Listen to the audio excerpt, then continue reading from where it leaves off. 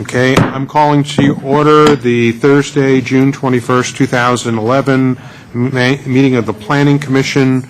Roll call shows all commissioners, with the exception of Commissioner Junaid and Laurel are present. I believe Commissioner Laurel will be here shortly. This is an opportunity for public comments for items not on the agenda. If anybody would like to comment, you are welcome to do so at this time. Commissioner Laurel, by the way, has just joined us. Seeing none, on the consent calendar, we have one item, Planning Commission minutes of June 7th, 2012. Any changes or corrections to those minutes? Yes. The first thing to note is on the minutes in topic 2, the statement. This is the same statement that was actually presented to us at the commission meeting. However, the word bank should have been the word office. So the second, where it says amending the definition of it should say of office to prohibit the establishment and expansion and relocation. Next is I would recommend that we do add in something to the effect that the commissioners supported the intent of the changes. However, concerns, issues were raised and reflected, and those issues were reflected in the motion. And the last is, in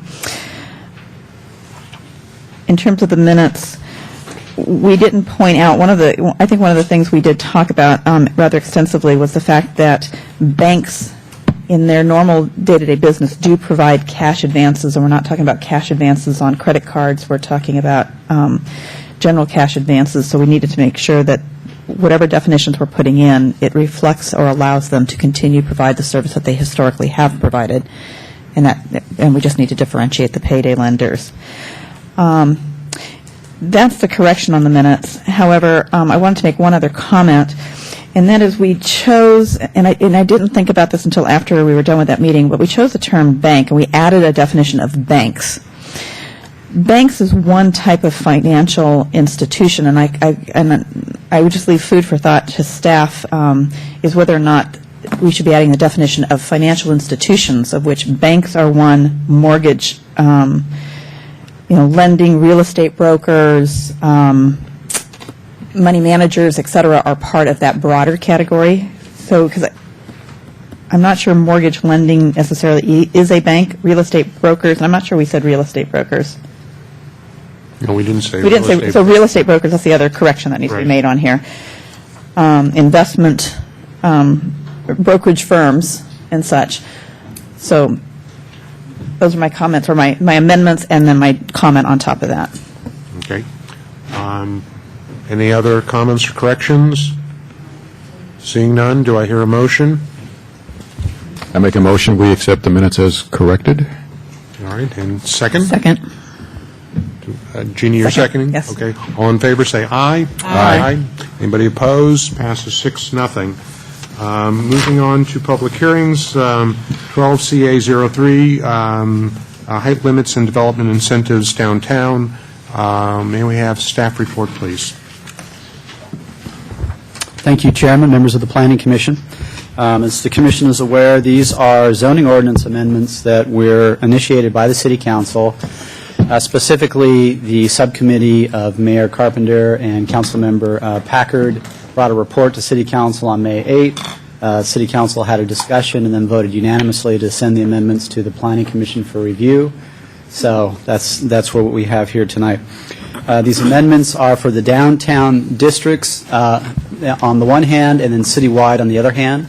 The downtown districts affected would be the downtown core CRS, which is the sort of light grayish purple area that encompasses State Street and Main Street and parts of First Street. It also includes the commercial downtown district, which is the red area in the south triangle area. And then lastly, it includes the CD/R3 district, which is the blue areas along First Street and just north of the downtown core. So those are the three zoning districts that it applies to. Can you repeat that? The last one, or all three? The three, I just want to. The CDR3 is the blue on First Street, and there are about a half a dozen parcels north of the North Plaza area. Okay. That's the CDR3 district. So those are the three downtown commercial districts.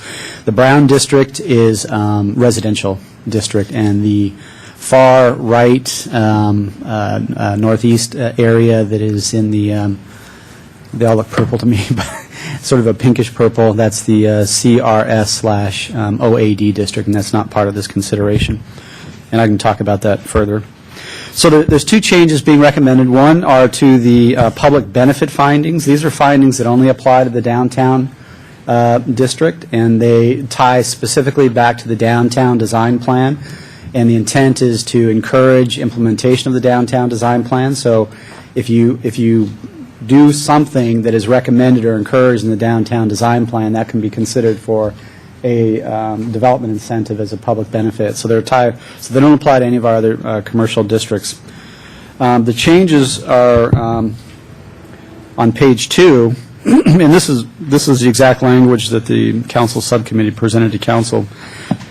But the changes to the italic language about in the middle of the page include, since these are not required by law, they are to be allowed sparingly, if at all, and at the complete discretion of the city, which is how they're currently being implemented and have been since the downtown plan was adopted. So I don't see any, I mean, that's just clarification. I don't see any great change there. And adding a sentence, the benefits to the downtown will be significant and not speculative. I think that's also consistent with how we evaluate these downtown public benefits. And then in B, the changes are a little bit more substantive. Such exceptions shall not include modifications to the height of the structure, height of the first floor, or on-site parking requirements. And today we are allowed to consider those things. The hotel, for example, at 1 Main Street, I think there was a minor parking exception approved. For other projects, I know we've modified the height a little bit, not by a full story, but by a foot or two, so this would preclude those kinds of considerations.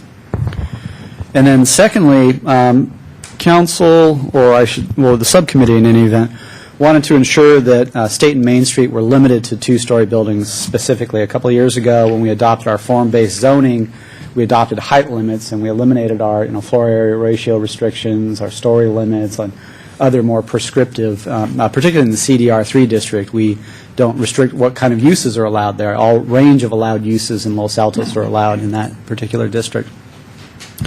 So it took the story restriction out, but the current height limit of 30 feet really precludes a three-story building on State or Main.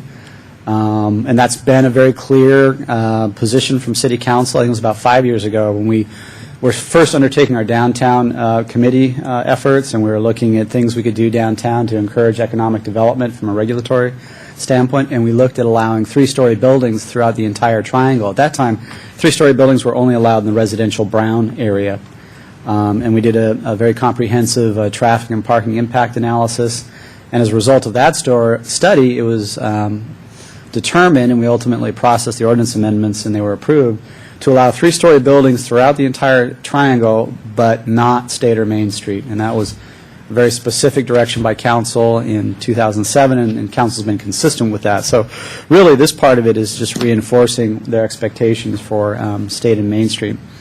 But through the council discussion, the other two council members did not want to, I should say the other three, did not want to discard our form-based zoning efforts. So the final motion, which was 5-0, was to look at reducing the height limit so that three-story buildings would be impossible on State and Main. And again, our current height limit doesn't allow them. But I think we took that opportunity to look at really what's something we've always identified as an oddity in our zoning code, which is commercial buildings. The height for a sloped roof makes sense. You measure to the midpoint of the sloped roof. But for a flat roof building, you measure to the interior ceiling height. So you would be measuring to this. Well, an interior ceiling height could be anything. It could be as low as you want it to be. It has nothing to do with how tall a building is. So we took this opportunity to just amend, or recommend amending the height definition to say it stays at 30 feet, but it's measured to the deck of a flat roof and the midpoint of a sloped roof, which is how I'm most familiar with height ever being measured. So, but that does achieve the council's objective too, because if you have that 3-foot or 4-foot tertiary space, that's going to, that's going to make that envelope a little bit more restrictive. So I think it accomplishes both objectives. And then just to mention the CRS OAD district, that was discussed at the council meeting. I was at that meeting, and 2 council members wanted to include that as a later study for the Planning Commission, and I thought that was kind of their direction. But if you watch the meeting through its entirety, at the end of the meeting, when they would have brought that up, it never did come up as direction. Now, it may very well in the future, but that wasn't part of the City Council's direction. So we're focusing on what the City Council direction was. And I think that concludes my remarks. So James, there's a process question that a lot of people are asking, which is, is this unusual that, the City Council drafts something and then brings it to the Planning Commission, or is it unusual that the Planning Commission evaluate a change? Should this go back to a design review,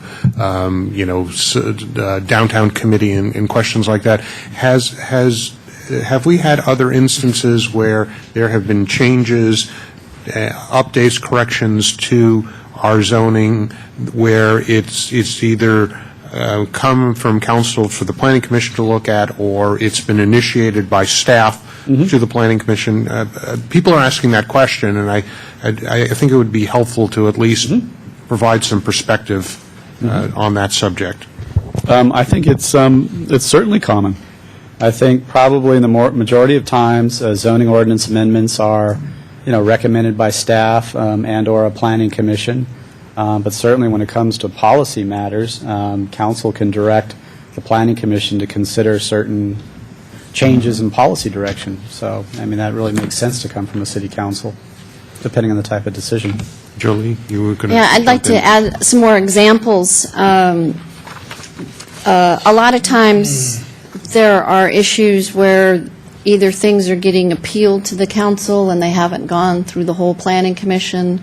A few years ago, we were having appeals from the Design Review Committee, the ANS, that would go straight to council, and we were having so many of those, and the council was really struggling because it hadn't been vetted by the Planning Commission, so they were wearing the Planning Commission hat and the council hat, and so and we had enough of those that they recommended changes so that the ANS would get appealed to the Planning Commission. So there's an example.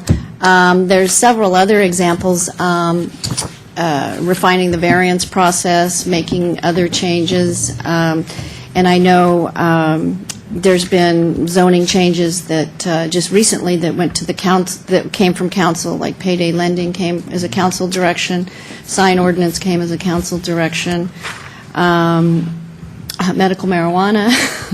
And just those are the ones that I know that were actually council issues. Council initiated, Okay. came to the city attorney to draft, and then went through the process. And Okay. so, yeah, so it's quite common. Okay. Other questions of staff? I have one. Only if you turn on your mic. James, did I hear you say that that there's no 3-story allowed at all in the downtown core? Did I hear you say that? The height limit on State and Main precludes 3-story buildings. 3-story buildings are allowed everywhere else in the downtown triangle. Other than on State and Main? Yes. From where to where? It's the that sort of light purple area on the map that extends also on First Street from Safeway to Drager's. And then also the purple area by the Main Street and San Antonio intersection, which is CRS OAD and has the exact same regulations as the CRS district, only it allows office on the ground floor. Okay. Okay, so, yeah, So how are we proposing exactly to address the CRS OAD? I heard you say that that will go to the Planning and Transportation Commission to study in the future. If I said that, I meant to say I expect it will. Okay. I- And by study, do you mean the same process that Yes. was used here? Yeah. Okay. Couple of things then, I have questions. In fact, I shouldn't say I expected that it will, but there were two council members at the May 8th meeting who expressed a desire to direct that to the Planning Commission, and that motion never got made, but Okay.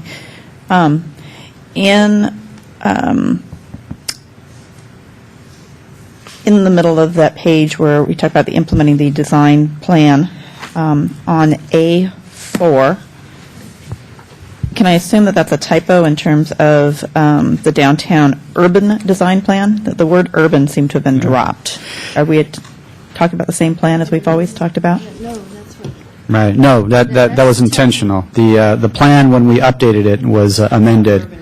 Some people didn't like the term urban, so Okay, so it was retitled the Downtown Design Plan. okay, I was trying to figure out how that aligned with what I had.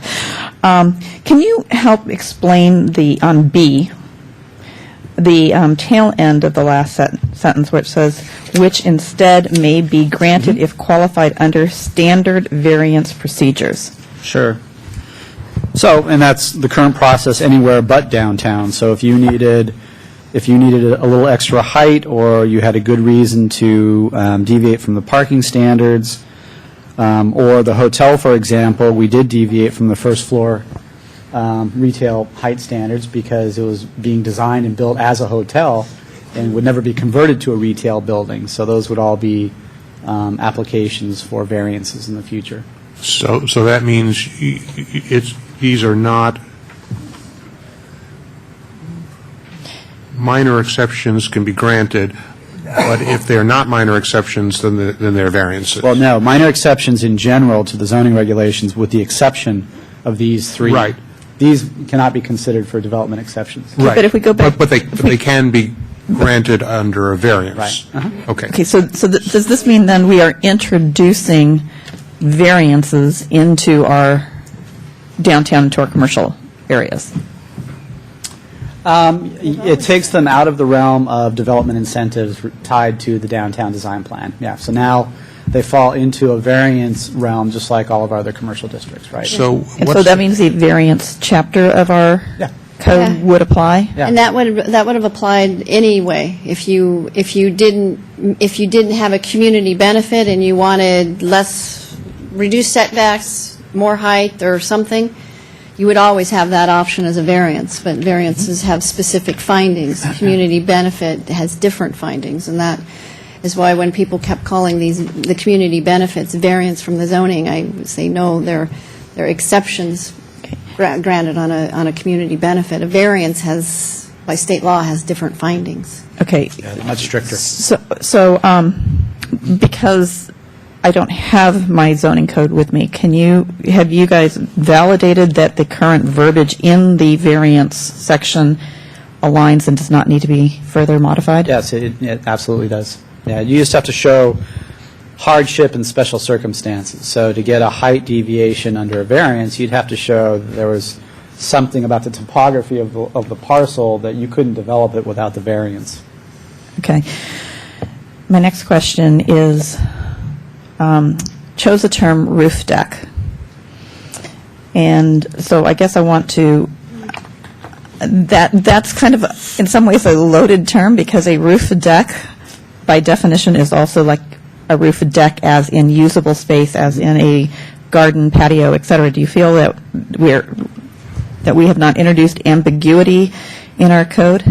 I think we're comfortable with that term, but we could use a different term, the top of the finished roof. Because, I mean, deck roof also, I mean, I can have a slant roof, and there's still a roof deck, which is what's between the shingles, and the roofing forms, right?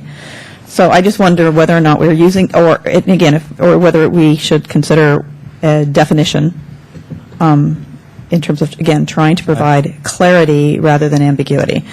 So I didn't draft 230 and 240. Our planner, Zach Dahl, did, and I thought the term was good.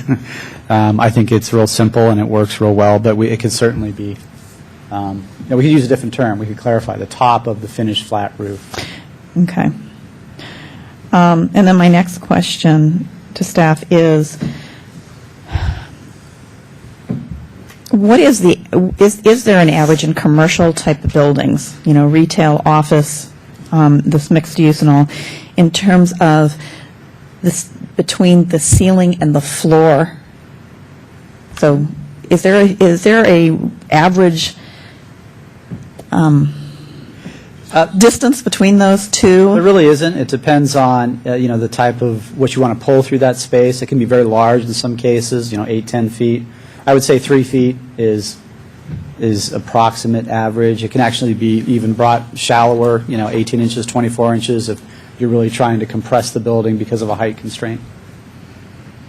And so that's numbers in terms of what is typical out in the industry and all, and what's being built today, that has been factored in here so that we have something now that actually doesn't suddenly say, well, you can't really build a two-story building either, because by the time you do the 12-foot ceiling required on the first floor, and then you add in the space up above, and then you add the floor, and then you add the space above that, so you can get to the roof deck. Have we validated that we're not causing or introducing new consequences as a result of taking this rapid approach to this? No, I think we have. I don't think we have any buildings that are even 30 feet tall downtown, other than perhaps the Harmon building, which is a 3-story building, but I don't think even our existing 2-story buildings that we've looked at are that tall. 30 feet is a fairly tall building. You could have a 15-foot retail ground floor, compress the middle floor tertiary space to 2.5 feet, do a 10-foot Class A office space above, and do another 2.5 above that, and you're at 30 feet. If you do the ground floor at 12 feet, and in the office at 9 feet, obviously you don't have to worry about compressing that mid space as much. And so, but it does prevent like a 2-story building that is 15-foot ceilings on 2 floors. Yes. Okay. That's it for now. Okay, more questions? So I have a question, James. So a lot of folks have raised the question or raised the concern that this is going to preclude some development. And my question, I guess, is if we look at what we have built today, is there anything that has been approved under the new ordinance that wouldn't be allowed under this regulation? So I understand the change. The question is, does anything really change in terms of what can or can't be built? Right. And that Commissioner Bruins asked that question this afternoon, and we compiled the email list of projects that have been approved in the recent past. And this new change, this height measurement change doesn't apply to slope-roof buildings. So if you see any kind of a hip, gable, or mansard roof, those are measured differently, and that definition doesn't change. I thought in your wait a minute, I'll just jump in real quick. I thought it says in here that the highest point of the roof deck, the top story, in the case of a flat roof or a mansard roof. So that's a point of clarification. Is a mansard roof a flat roof, or is a mansard roof a slope roof? No, you're correct. Mansard roof is currently measured as a flat roof is. You're correct. It's okay. But a mansard is a very specific style. So if you have a pitched roof that looks like, because if you go to large commercial buildings, even if it looks like a traditional hip or gable roof, there's always usually a flat element in it. But mansard is when the roof is almost vertical right up alongside. So anyways, it's currently included with flat roof buildings. Okay.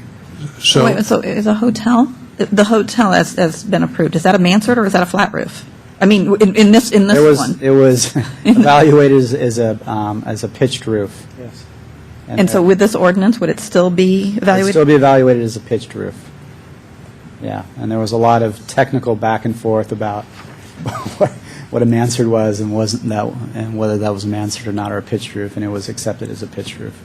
And would that building be allowed, and that's a three-story building, would that building be allowed under these revised regulations?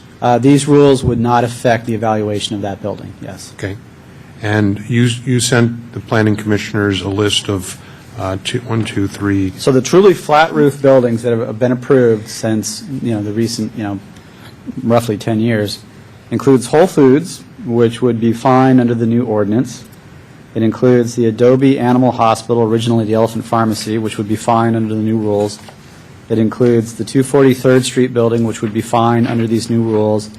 And then it includes Safeway, which is in the two-story limit, or not two-story, the 30-foot height limit currently, and it would be too tall. But it was approved taller than it was allowed to be already, and it was granted a development incentive for several very valid reasons. So what would change is if these findings are changed, you wouldn't have the ability to consider, a project like Safeway based under public benefit and development incentives. It would have to be a straight variance. Now, you could say, well, bringing a 45,000 square foot market downtown that needs to be parked warrants a variance, but it's a much more, it raises the bar on getting those kinds of projects approved. okay, so if, what you're saying is if another store of Draeger's were to, down the road, consider redevelopment, they might have a problem. Is that correct? They could. I mean, Safeway was obviously unique, and so there are special circumstances. The fact that it has, it's a podium structure with surface parking and in the store above it, that's what created the extra height. Okay. Market at grade would fit within that. So that this might incentivize Draeger's if they ever redevelop to put in an underground parking.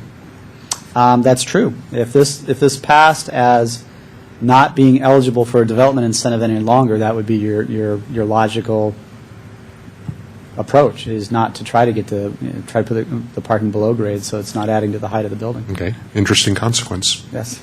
But would that, okay, wait a minute, but would that not be true also with Safeway? If Safeway had not been through here, so they chose a podium, but based on this, wouldn't we have said, no, you got to go underground?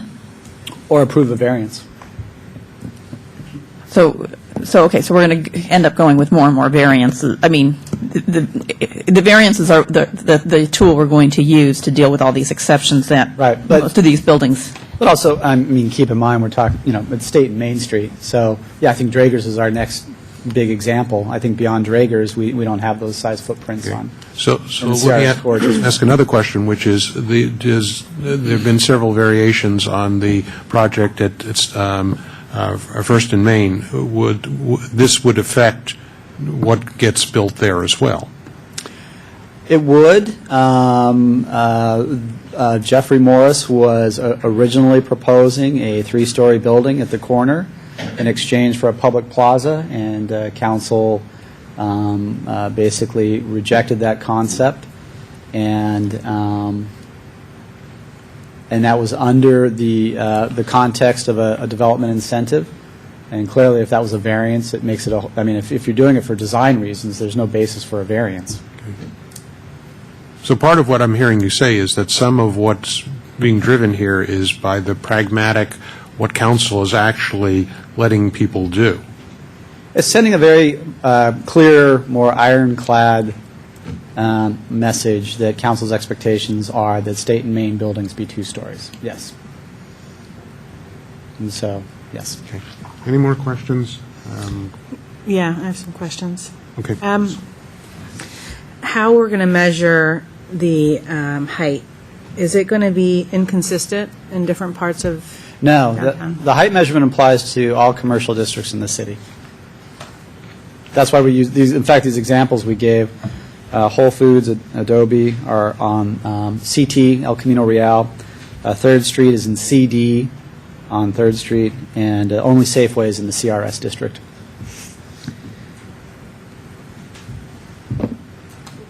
Why? Why are we going to change it? If how it exists now it results in what we want, what is the public benefit to this zoning change, or the language change? Right. Well, obviously it was directed by council, but like I said, we took it as an opportunity to fix what was really an oddity in our zoning code.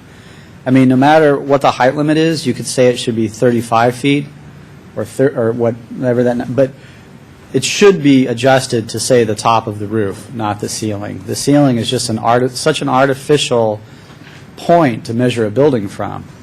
The ceiling here is probably 10 feet, 8 feet below the roof. I mean, it has no relationship to the ceiling could be 18 inches below the roof. The ceiling could be 12 feet below the roof. It has no relationship to the building's height. So whatever the height limit is, we think that the definition amendment is a good thing to change.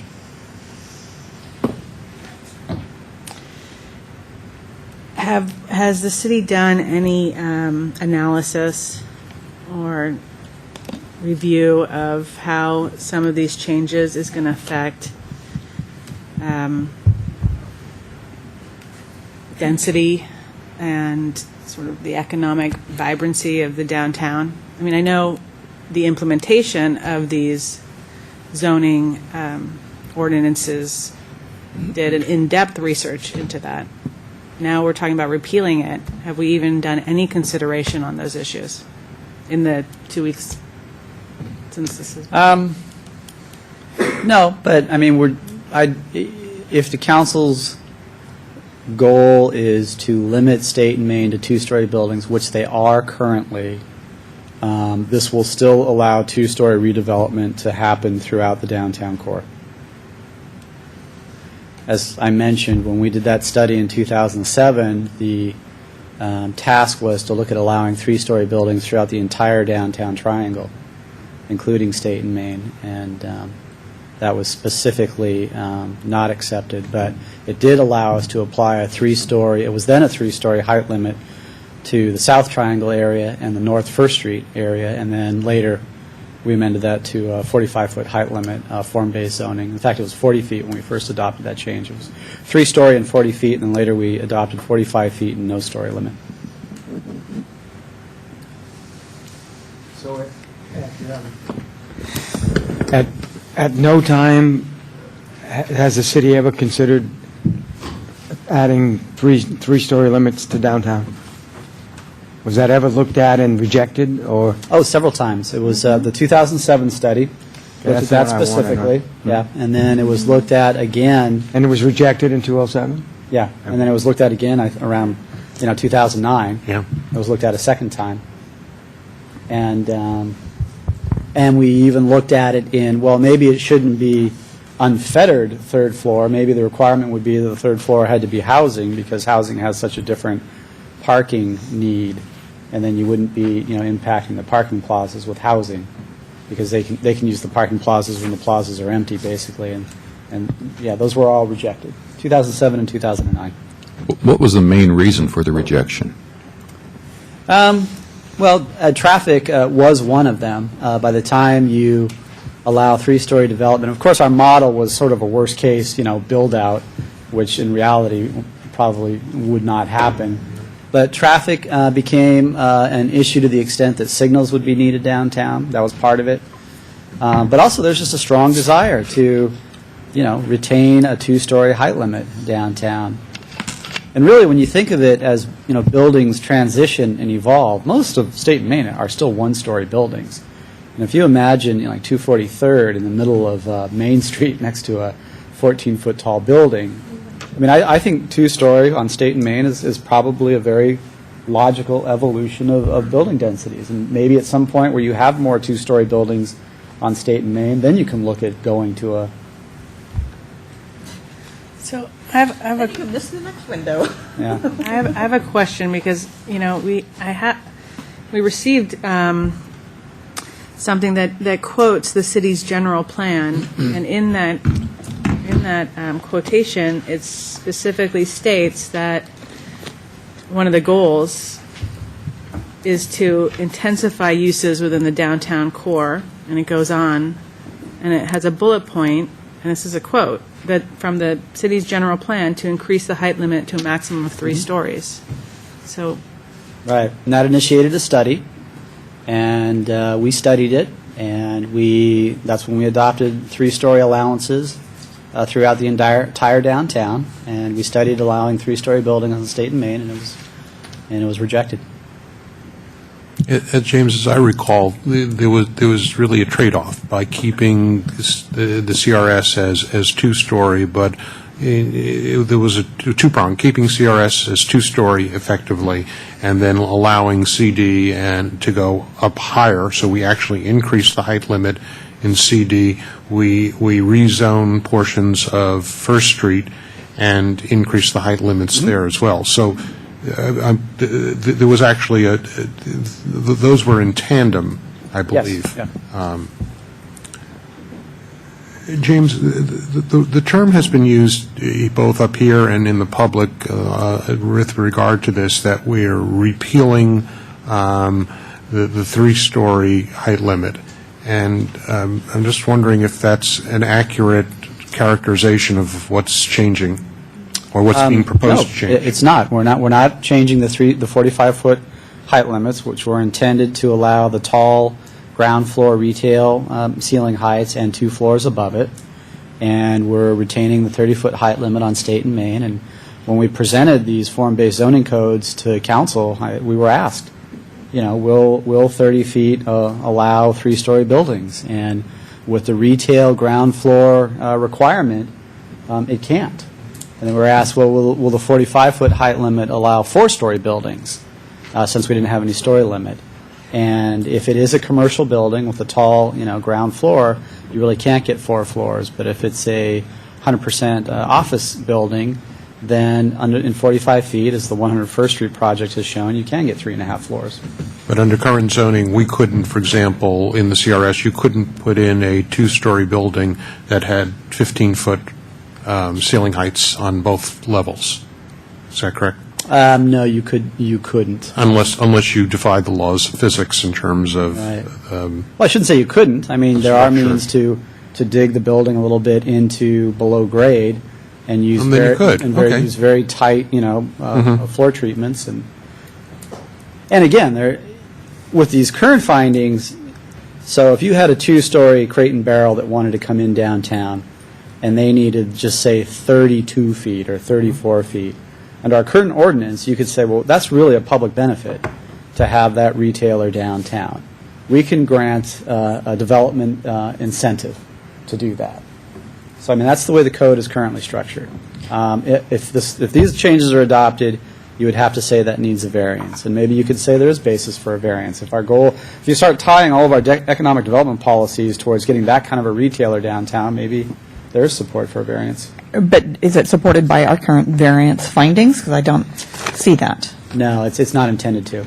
No, Okay. So wait a minute. So I'm missing something here. We're saying that our current zoning precludes a 3-story building, Yes. okay? Yet we want to change it to make sure we do preclude a 3-story building. So if what we have already precludes it and has additional benefits to the public by giving some degree of judgment and making the trade-off, such as allowing something as a Crate and Barrel in your fine example, what is the public benefit, back to Roni's question, in terms of tightening this so tight that there is no opportunity to really look at something and say, you know what, we didn't see this one coming, but boy, this sure would be Right. fabulous. Because, it's so I guess I'm trying to understand what the real benefit of going this way is. And James, I do appreciate the fact that your choice of words keep saying it's council's goal, it's council's goal. And you're right, it is council's goal, but council consists of 5 individuals. And, so I'm trying to understand, this is why I'm going with Roni's terminology in terms of public benefit, because it's got to be, the city consists of more than just our 5 elected officials. So can you couch this in public benefit Well, that's why I think that the height limit is not the significant, or the height measurement definition is not the significant part of these amendments. I think that's going to work fine, and I think that's a more logical height measurement definition. It's really that last sentence in the recommended findings, precluding those 3 development standards from ever being considered as a development incentive. Okay. Any more questions? Yeah, I can add to that because I think it's just making it's going to make it easier for planning commissioners, design review people, staff, the public, a clear expectation of really what are community benefits. And I think it's a goal to try to help clarify that, because I think that was also part of the council's, they wanted to clarify it and make sure people understood. Okay, so I hear what you're saying in terms of clarify what you can do, but this is not how the code, what's before us, that's not what's presented. What's presented is thou shalt not. It doesn't say what we can do. Yes, It that's like says our thou shalt. zoning. Our zoning is also, if you're on the permitted list, you're a permitted use. If you're not on the list, you're not allowed. So our zoning is actually that way. It's saying you can bring forward other benefits, but these are not going to be considered, and it's clear.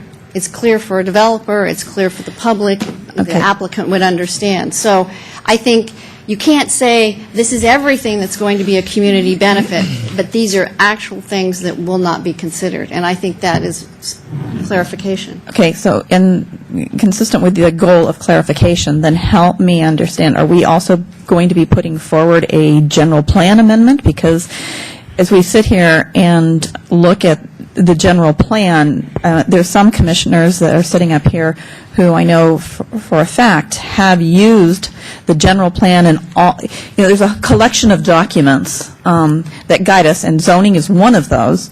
And so there's some of us up here that have used things like the general plan to say, you know what, this is consistent with the general plan. So help us understand, are you saying that there is one document that is above all others, or are we going to align the general plan? Are we going to align our other documents to reflect some of this? Well, under general land use principle, the general plan is the guiding document, and then the zoning implements and the design guidelines help implement the zoning. But you do not have to have strict compliance with you have strict compliance with the general plan, but you do not have to be in compliance with every goal and policy, because that would be impossible.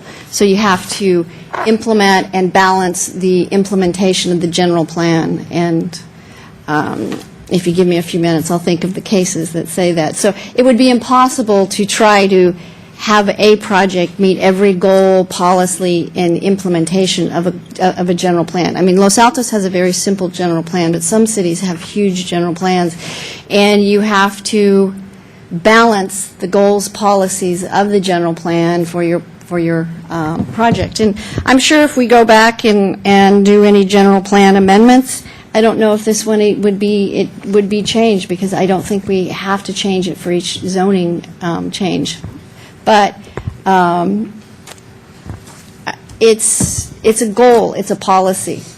It's not as strict as the zoning, where you have to meet the zoning. So general plans are more flexible, and I don't know if you can... Well, just the one specific that was brought up, that was in a letter that was circulated and that Commissioner Bodnar mentioned, was the city shall study increasing densities downtown. That was the policy, and the city studied increasing densities downtown, and the city approved increased densities downtown with the exception of State and Main. So there's nothing here that's inconsistent with our general plan. So, James,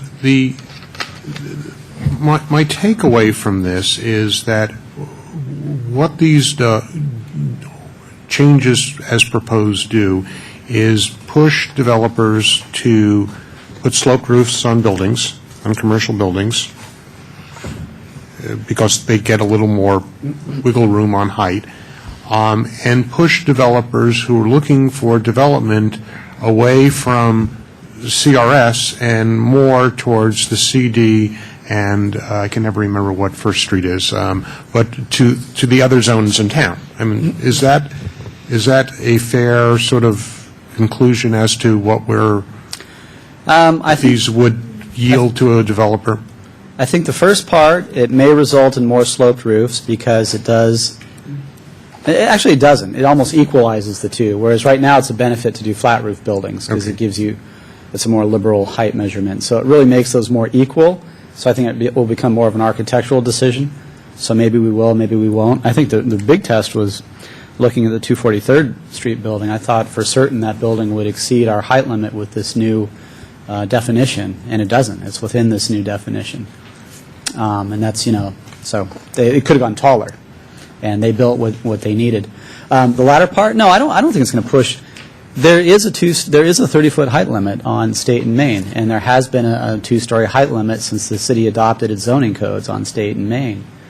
And you cannot get a three-story building even under our current definition. So I think that's Okay, but it sounds like it, in theory at least, could take away flexibility from a two-story building if somebody, and I don't know if this is even a realistic case, wanted to build a two-story, 15-foot each floor kind of structure. They couldn't, and the only way they could do it under the old ordinances would be through the public benefit for a height variance. right. And using that example again, that goes back to, should the development incentive findings really be that specific and precluding the three elements that it does? But I think you actually are right. It's being proven today that development is more economically feasible outside the downtown core because that's where we're seeing all of our redevelopment. But of course, those are much larger footprint projects that have the ability to provide parking and develop the sites fully, whereas you can't do that on these smaller parcels on State and Main. Okay, because, Question. Ronnie? No, go ahead, Jean. Okay, Jeannie? okay, because John's comment in terms of would this encourage more developers to do sloped roof. So now I'm going to go right back to the verbiage in here. We don't say anything about sloped roof. We say flat roof, we say mansard roof. In my mind, and beyond my mind, when I went and Googled all of this and looked at that, that's a sloped roof form. And then we have, gable, hip. I mean, they come to a ridge line Right. versus, so it's a ridged roof versus a flat roof. So again, I want to understand with the intent here is a mansard roof, because you had said if we looked at the hotel, for example, you would have done that under a sloped roof, not the flat roof rule. Wait a minute. Our code doesn't say anything about sloped roof. It talks about it's a ridged roof line versus a flat roof line. So what are we saying here? No, it is to the sloped roof. And if you look at look at it, like if you Where does Google it say a sloped downtown roof? business district, what looks to the eye like a hipped roof or a gable roof, it always has a large flat expanse, but that wouldn't be considered a flat roof by this definition. Flat roof is when the wall goes straight up, typically with a flat parapet to hide the equipment. But I thought No roof I thought a flat roof. I thought a roof goes this direction, a wall goes this direction. Yes. So flat roof, Right. a mansard roof has a sloped thing to it to a flat roof. So you're saying this is sloped Right, and this is sloped. right. And that's our current definition, and it hasn't been an issue of confusion, so. Except in here you said or, it's flat roof or mansard roof. You in here, I guess the way you worded it, aren't you saying they're the same?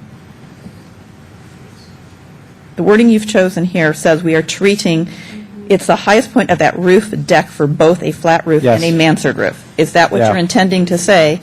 Right, a flat roof or a mansard roof, right. So again, using the hotel as an example, that says its height would have been calculated differently. It would not be the midpoint of that slanted portion of what is the shingled part. It would be measured to the flat Well, deck. there was kind of a very detailed technical discussion about whether the hotel was a mansard roof or not, and it was determined not to be a mansard roof. So it was But measured- it's not a measured hip? as- Is it a hip? Is it a- measured as a sloped roof, yeah. And where in the new definition, where does it say sloped? Oh, you're right, it does refer to gable, hip, or gambrel, so it was considered one of those three. But it's not one of those three. architecturally speaking, and I know our architect's not here tonight, but I know that that is not a gable, Right. a hip, or a gambrel, so, Well, I've been using. well, but you know what, but the thing is, I happened to overhear a member of the audience mouth these words that says, but it's not a mansard roof. However, when we were talking about other projects, we refer to it as a mansard roof. So Yeah. I guess I want to know, what is it? And I would like, again, I agree with our code should be eliminate ambiguity.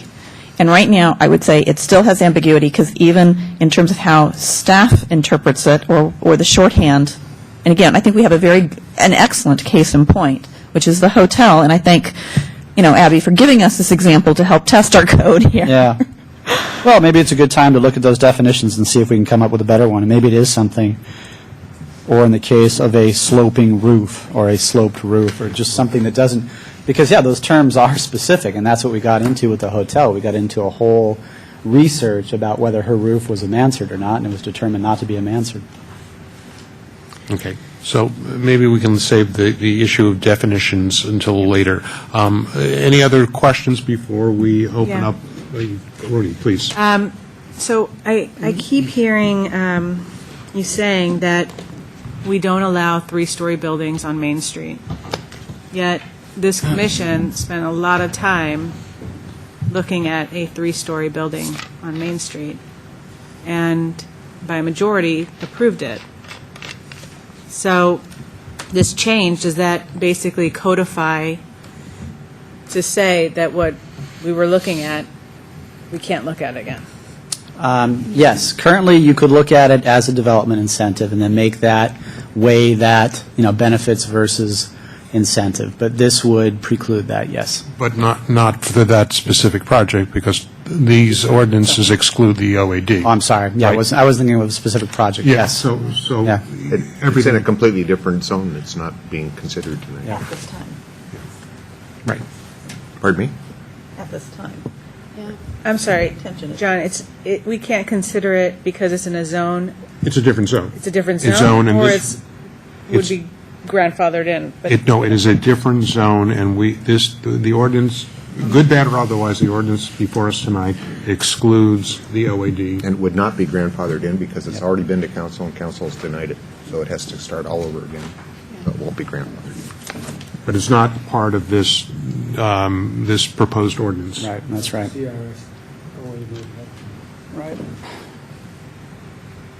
Okay, any additional questions? I'd like to open up public comment. I'm hoping that there is public comment. I see a number of people in the audience, so I'm sure have been waiting for us to get through Any green cards? the question of when is a roof not a roof. Thank you. Yeah, that's what I'm saying.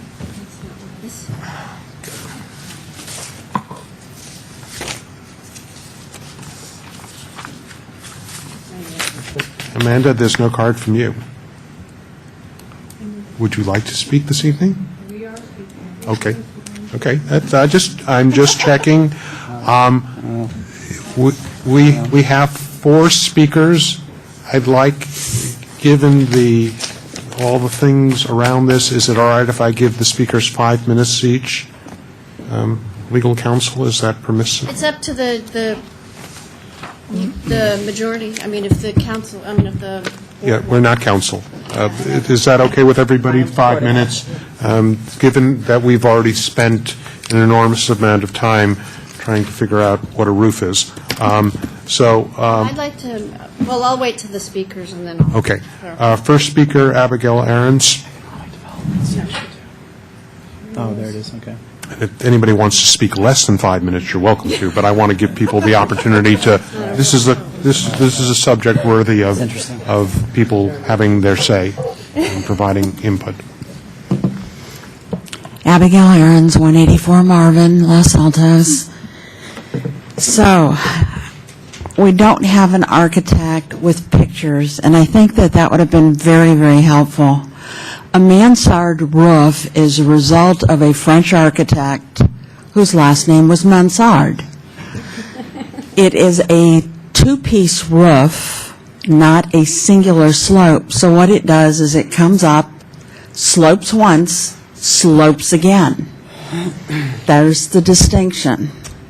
So although incorrectly identified as a mansard roof, the hotel doesn't have one. After spending a lot of time, I think it's more than 6 years, for downtown development committees to attempt to arrive at a downtown that was vibrant, of which zoning and how you apply it is such an important part, I'm a little bit confused tonight. We left counting stories and went to a form-based zoning, and I'm hoping that somewhere in all of this is going to get brought up again, so that I too, and I apologize for having to be a couple minutes late, you may have discussed this. In form-based, you can get anything under the roof and within the walls as long as you do not exceed the height limit.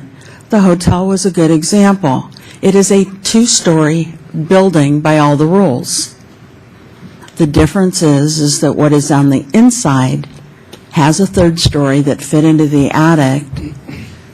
It is a 12-foot ceiling. However, I was allowed to put equipment under that 12-foot ceiling because a hotel does not need and does not easily convert to retail the height.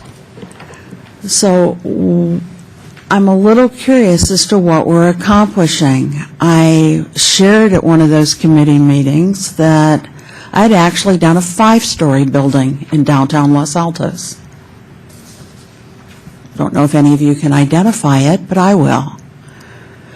It's on 2nd Street. It's a townhouse project. And the garages went half under, and from there it was like the old tri-level. Every level went up half a level. So if you want to count stories, it's 5 stories, even though it fits in the appropriate height level that was allowed. From the outside, it looks no different than any adjacent building that you might consider 2 or 3 stories or whatever was appropriate. It does not look like a 5-story building. So I push very hard for us to really look at the outside of the structure. That's what people see. Just like a house, it's what people see. What the actual makeup of the room or composite of what's going on, whether you have a cathedral ceiling or a flat ceiling or beams on your ceiling, doesn't matter. What I see is the outside of the building, unless I've been invited in. So I'm concerned that we are losing flexibility. When we have to go to variances, there is a cost both in dollars and in time. I do want to specifically understand what we're now saying is that should we have something, let's say somebody decides to put a racquetball court in, and it's higher, and therefore the next floor is lower, and you turn this equation upside down. How does that fit? How rigid are we going to be? I think it's important to be specific and very helpful to anyone who designs or develops to have specificity in the things that you're reading and looking at. But I think we need to be careful that we are throwing the baby out with the bathwater. Thank you. Thank you. Next speaker, Kim Cranston.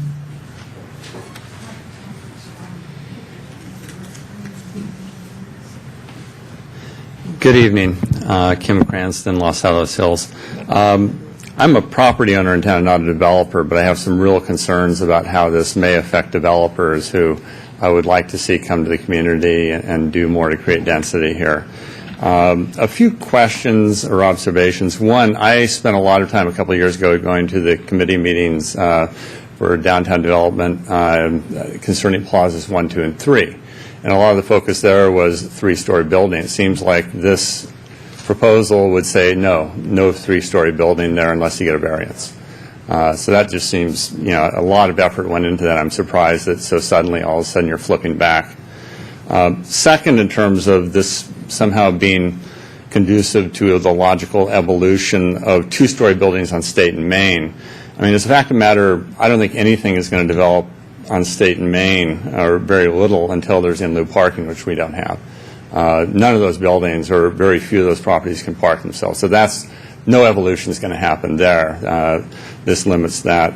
The main concern I have, though, is what the expectation is that's being set, the message that's being sent to potential developers. You were saying this may push the developers who are looking to develop away from the core. I think it's going to be pushing them to Mountain View or Palo Alto or somewhere else, because I think the expectation that's being set here is expecting unexpected. Expect that all of a sudden the rules are going to change. We're going from form to floors. You can't do 3 when you might have before in form.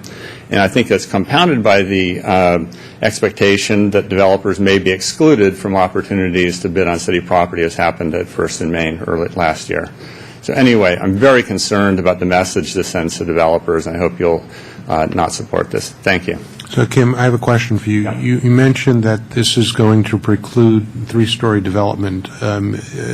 Specifically, where did you have concern? Well, I think in that core area. I mean, all the purple area you're noting there, The CRS. Yeah. In that zone that this applies to, it's saying no 3 floors. Right? Isn't that the intent? It's saying 2 floors. Whereas, as Abby said, if you have form and you can do it within the form, you could get 3 in, great. That's fine. That promotes the kind of density that I think it would be good to have here within the envelope that the code provides. This doesn't make sense to me. It's like, why are you arbitrarily saying, as Abby said, 2 floors, that's all you can do, even if you have a creative way of doing it, as she did with the hotel. Okay, and I wish I may ask Abby back for a question, because I'm trying to understand in CRS how you can get 3 stories in a building, but that's a question for her. So, Yeah, so she thank did you. it. Thank you. Abby, could I call you back for a second, if you don't mind? Hey, you're not running around with crutches. It's easier for you to run around than it was for me a week ago. So Abby, back to your point, and point is valid about the 5-story, but is there a scenario in the CRS zone where we have this, for better or worse, we have a 12-foot ceiling height minimum on the first floor, where where realistically there could be 3 stories? So I'm not as quick with pencil and paper, but what if you had your retail on the first floor and we encourage residential above, and we managed to do those residential floors at 8 feet? Pity, but maybe you're offset in some way that you have some high ceilings, some low. And if you add that up with the space between, and as technology improves, the space between may become less and less, you might have the ability to do 2 floors of residential above 1 retail floor. Okay. Might be a little tight, but I understand what you're saying. Thank you. You're welcome. Dig it down. Lower the... Yeah. Next speaker, Taylor Robinson.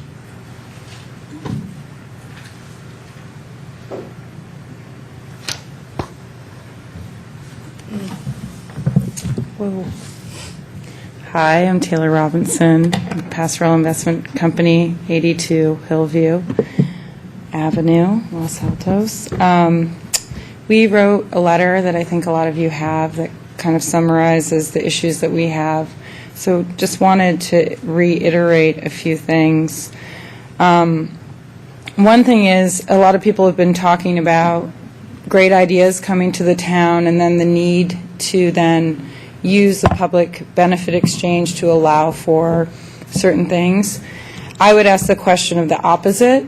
What if a project isn't quite there and you want to push a developer to do better by maybe making a plaza a little bit bigger or doing some things differently with their project? if you don't have a public benefit exchange, you don't, of the standard things of parking and height, you don't have anything to offer that developer.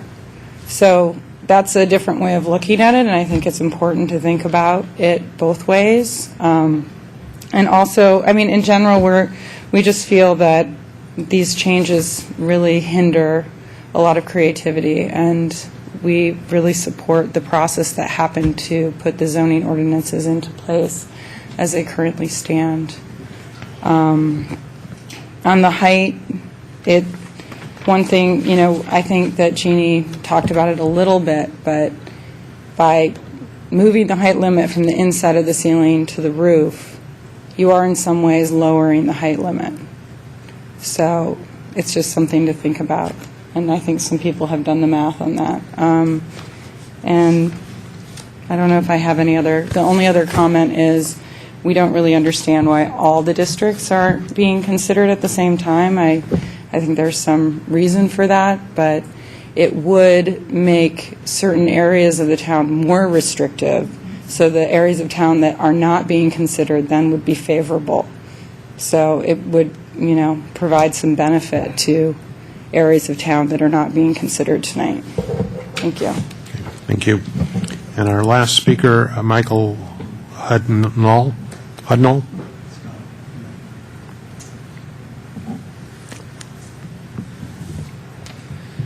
Michael Hudnall. I live at 69 View Street. I'm not a downtown property owner. I'm not a hotel developer. I'm just a guy who lives on View Street, which is sort of a country lane type street that's 6 parking spaces and Edith Avenue away from Plaza 10. So our neighborhood is quite upset to have discovered, after seeing the first agenda for this item, which did include the CRS OAD zone, that changed the other day, and that zone was taken off. I have to respectfully disagree a little bit with Jim about the council meeting. There was discussion, and I thought the tenor when I left that meeting was that CRS OAD ought to be considered by you all along with the other zones downtown. I know I didn't go back and listen to the tape, so I'm not super expert on it, but that's certainly the impression I had when I left that meeting.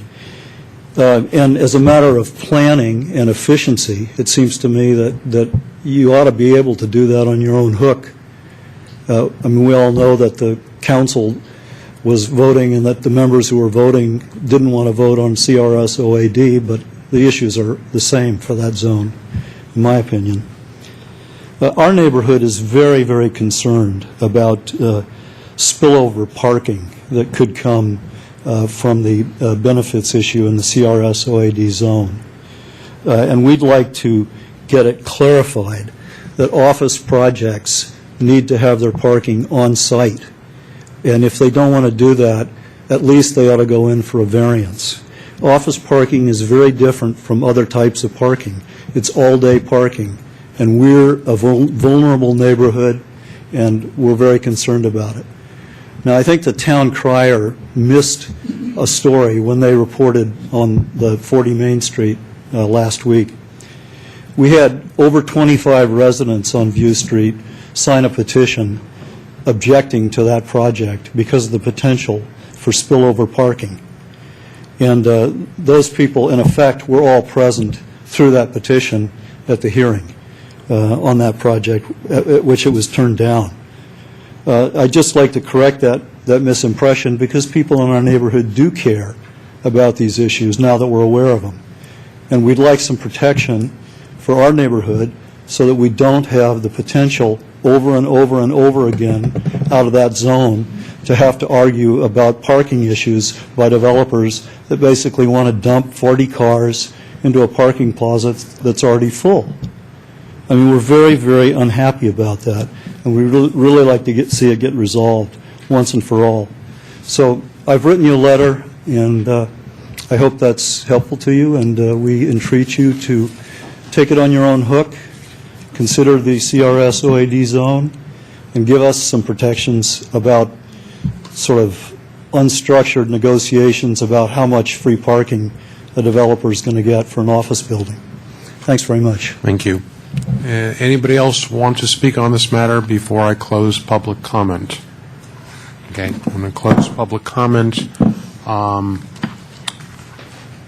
Any questions for staff before we Yeah, dive in? Mr. Hudnall raised a question. Can you add something first, or? Can Robin add? Unfortunately, I've closed public comment. I can't. Julie, can I open public comment again? Yeah, you can. Yes, you may. You may, and if anybody else wants to come up and speak Okay. again, they can, too. And I will, in fact, open public comment again, because this is an important issue, so please. Our city council keeps me legal. Yeah, I just wanted to, I mean, there's been a lot of talk about variances and how, they work. It's my I'm reading I was just going to, I have the code in front of me on my smartphone here, and it says, any variance granted shall be subject to such conditions as will assure that the adjustment thereby authorized shall not constitute a grant of special privileges inconsistent with the limitations upon other properties in the vicinity and district in which such property is situated. The variance may be revocable as provided, et cetera, et cetera. So I think that I just wanted to make the point that a variance exchange is not the same as how the code currently reads for public benefit, and that, right, so it's much, much harder to get a variance, and so it may be very difficult for someone to prove that they need a variance for half a foot of height or one parking space. Yeah, I'll just comment, that's what we were saying. Thank you. Variances are a whole different animal than community benefit, and that's when planning commissioners would use the word, well, we're giving this variance for community benefit. They really are apples and oranges, and the community benefit is a lot more flexible, because a variance, you cannot show that it confers a special privilege, and you have to show that the strict application of the zoning on this particular property is an undue hardship and all that. But actually, Los Altos gives more variances than many cities. I mean, we're very flexible, I would say. I know there's some cities more flexible with allowing variances. Okay, let me just see if there's anybody else who wants to speak, because I would like to close public comment. This is the last chance. I'm closing public comment once again. Jeannie, you had some Yes. additional questions. James or Jolie. Mr. Hudnall raised the question of why can't Planning Commission address the CRS OAD. Now, I think I understand why it came at us this way, because as Jolie has stated at multiple city council meetings, the city, she believes, benefits from having all 5 council members be able to vote and deliberate on anything that's before them. And so to the extent that we can parcel things out to enable 5 members of the council to have that deliberation, we should do that. So that makes sense in terms of why, with it going back to council, it may need to go back in 2 segments such that a discussion can take place with 5, and then the second discussion can take place with 4. But why can't we deal with or add this into it so that we can achieve some level of consistency and not the perception of privilege to one of the districts or one of the zoning? Will you go ahead? I'll chime in. Okay. Well, tonight it's not on the agenda. It wasn't part of council's motion. So the way to initiate that is to recommend to council that be a follow-up item, and then that'll be handled just like this item was. Or perhaps, council could do that on their own, as they seemed going in that direction at the May 8 meeting. Okay. All right. Any other questions, staff? Mike, would you like to start the discussion? Sure. It just seems to me that, looking the big picture, stepping back, you've got a economically unsuccessful downtown. It year after year has declining revenues, and I don't think we're fixing it. We're just making it more complicated, and we should be talking to developers that what does it take for us to be successful, and look at other towns that are have successful commercial areas, and try to solve these problems. Parking is part of it, probably, but this height restriction, I don't know if that's the right way to be going, and possibly be taking this whole issue and continuing this to November when we have a new council in place, and let them deal with it. Thank you. Thank you. Jerry? Well, I'm not certain I agree. If you walk the corridors on Main Street and State Street, I can't see very many opportunities where even if you allowed 3 stories, where it would make much sense. I mean, the lots are generally very small. You'd be building, you'd be building on top of a pencil, and it just wouldn't be structurally very pleasing to the eye, nor would I think that it would, from a developer standpoint, it wouldn't be feasible to do something like that.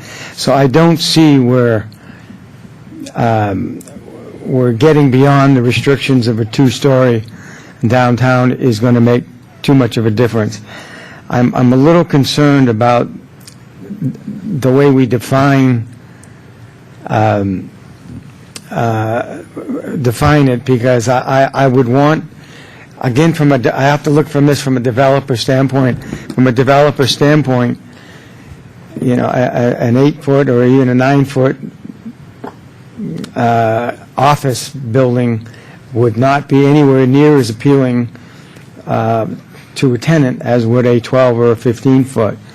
So I'd hate to see the definition in our zoning preclude the flexibility from a developer, and I'm not sure how we can avoid that. But I'm not concerned about the 2 stories downtown. So you talked specifically about the 2-story element. Before us is also language around height measurement and the basis for granting development incentive. Well, I mean, you've read the change. What they're suggesting is that basically the same thing when it comes to I'll call it a tilted roof, and what they're saying now is instead of measuring from the inside, measure from the top of from the outside of the building, which is generally the way most cities do that. But with that, that also could limit. That could put limitations from a developer standpoint, and I'm not certain how we can make it flexible that we would. What I want to do is encourage developers to look at a building downtown at 2 stories and not say, God, I'm so limited, I don't know what to do, and walk away. I want them to look at it, see what creativity they can do with that building, and be able to look at the zoning and be able to say, okay, I think with this flexibility, I can build retail on the bottom and office on the top and have it look good and make it economically feasible. Are we opening the door to that or closing it? I'm not certain. Okay. Jeannie? Unfortunately, I probably will have a lot to say. I'm going to start off making something really clear. If a motion is put forward tonight to approve this, I will not be voting in favor of it. I was in attendance at that May 8th City Council meeting, so I heard directly what was being said. And, there was a great deal of passion being expressed by some of our council members. But unfortunately, the expression was, I do not want this. And, I have to think about, in history, the Gettysburg Address, I believe, is where Abe Lincoln said, government of the people, for the people, by the people. And I can't say that I feel like this process and what we're going through here is doing that. Whether you're talking about a developer or whether you're talking about Mr. Hudnall and his crew over there on Villa Street, we're not giving a real good public forum to understand what the people want. I think it's clearer to me what council members want, but not as clear in terms of what the people want. So I cannot support this. I've also read the opinion piece that was written by our mayor and posted on Patch at 5:40 a.m. this morning. In reading that, I have to say that on the surface, I agree with what she says, and that may shock most of you. But in reality, she and I have a major disconnect, and that is in the terms of her use of the term "we." I don't know who the "we" is because I don't see anything when she says why. All of these documents and processes are designed to ensure that what gets built in Los Altos reflects what we collectively want in our community. I don't see how this process, and while I agree this is a public hearing and we meet the letter of the law, it is not a study. It is not a forum by which we can have a dialogue and where we can reach a consensus on what we, the residents of Los Altos, is my definition of we, collectively want. I've also read the communications all sent to me, and I've listened very intently to what everyone has said tonight.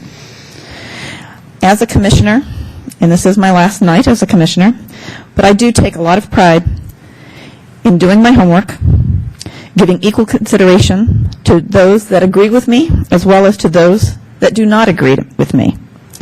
And the same is true in reverse.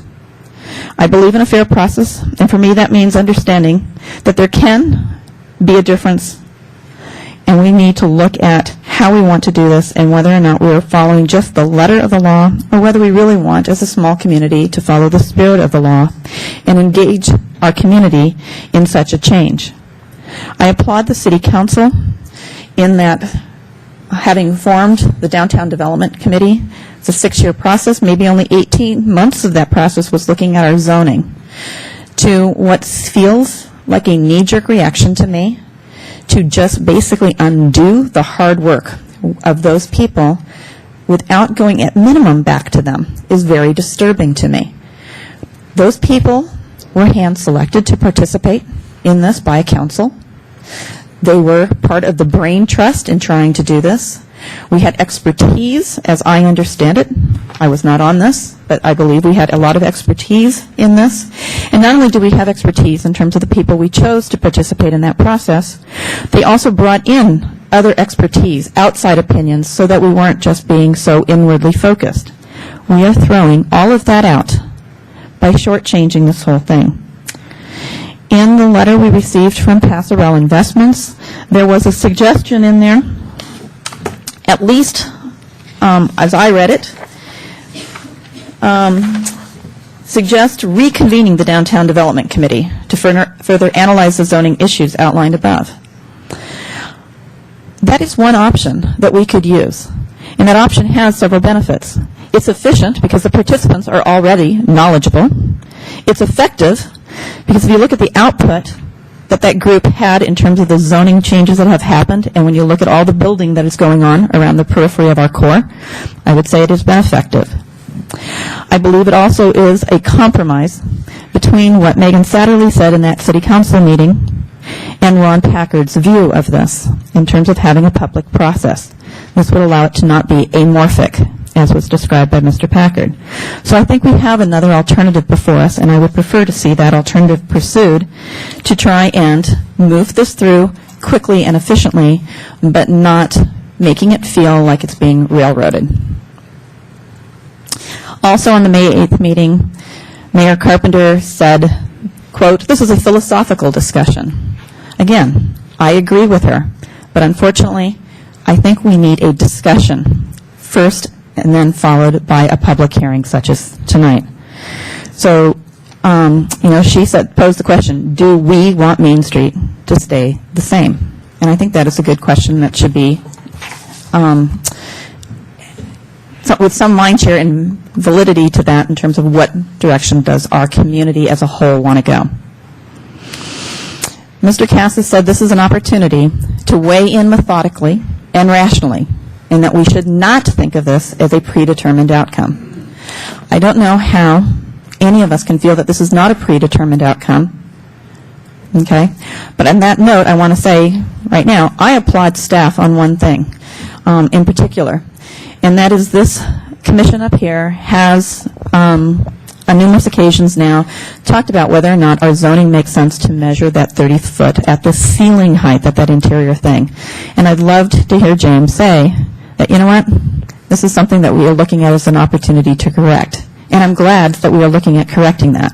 But I still think we need to do the diligence in making sure when we change that, then also what do we need to do as making those heights that changes the definition, but what about changing those exact heights? Again, as Mike says, there's some degree of economics in all of this. And beyond not including the people who helped get us here to begin with, I'm not sure I saw any evidence tonight of including our own economic development director. We brought somebody in. I would love to have had Kathy Kleinbaum weigh in on this in terms of, does this type of a zoning have a detrimental effect to what we want to achieve? So again, I will not be supporting this if should a motion go forward. I would like to see us try and figure out what is the right process. I believe it is important for an issue to be raised. I think council is in a great position to raise an issue, but I still think before we move forward, it should be validated, okay? This is not the only thing where this is happening. I don't see this as basically being any different. I will use one example of the traffic light on Miramonte and Covington.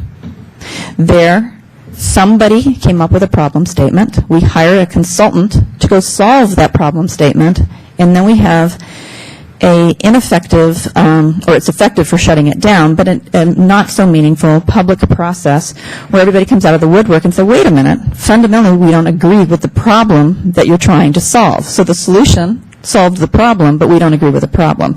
And again, here I think we have what is perceived as a problem. I grant council that, but I would like to see a validation of what the problem statement is so that when something comes before this commission to evaluate it, we can evaluate whether or not the solution being proposed meets, helps us to solve the problem in a clear statement of problem versus just people's passion about whether or not we are for or against 2- or 3-story buildings.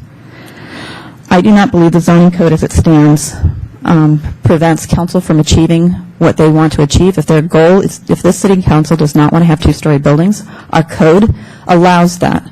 Our process, I think, as painful as some people may think it was, proves that to be fine. These bodies up here, A&S, Planning Commission, we're told over and over again, we're peer review. Okay, then let us do the peer review. Let us apply our judgment, because ultimately these decisions are made by council.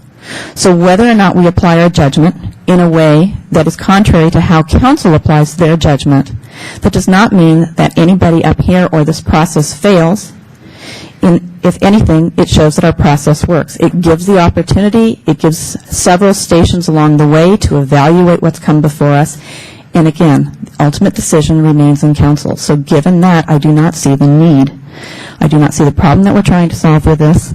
And then specifically in terms of the wording and such, I see that by rushing this through, we've got a lot of ambiguity in terms of the terminology and such. And again, if one of the goals is clarity, I'm not sure the verbiage that's presented to us tonight achieves that.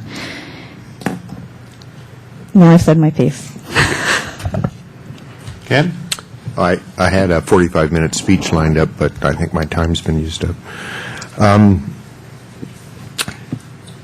We have a 45-minute height limit, but you can find a way of fitting it in. So I think two things about this. One is, I think, from a pragmatic point of view, this, I don't think anything that this set of revised ordinances will